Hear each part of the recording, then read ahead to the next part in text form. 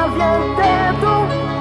Pangambotra sangat tsara zava-misy fiainanao Azo faly tsy maregny mijaly zegny fogna fiaignaregny olo fiainana banjaly tsy maregny marasy anazy normal miezaka mitady zay mety mba fiainana mba andresy miezaka mba tsy hideko fô ambony aiza amin'ny ahitagna fahasambarana mba sery fivoagna fasahirana andavana mitady fanantenagna zay fafagna mitady eny imboagna fa tô madisy fanantenagna ndraindraiky ny lalagna azo fasahirana mampagnotagna tegna oasa mbola ho somary fanantenagna fiaigna ambony tany karaha fa makivo mampaketraka aio manahitagna izy ty karaha fa mampakivo tsy mahitagna masoandro mihitsy fiaigna azy fiaigna miparara lava yo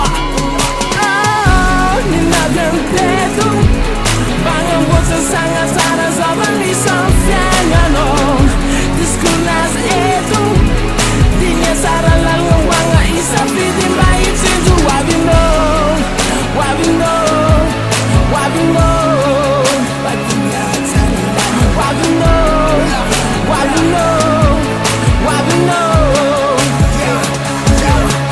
Tsinjovy malôny lavitra zahavany mariny alôny magnano raha tsara anao mba mandiny fa malama ny lalagna io tandremanao tsô lavo ny fitaratry ny oazy azafady mba zahava tsy midika hoe ke tsara anao io ke ndeha hagnaraka mody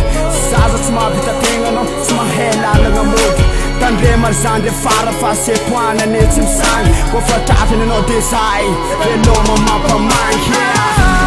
navientetu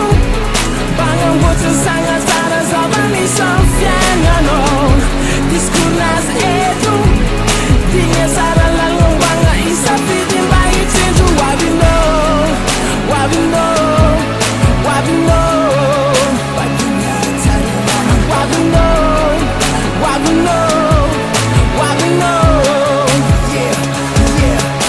Tsy hoe zay managna tragnom-pagnana koa mahay mandinika fa nagnanaovagna azy zoky hitariky ny madinika ary tsokenda hahitsako nalaviko hay amindra fa eo amizay ianao vô mahita le voafindra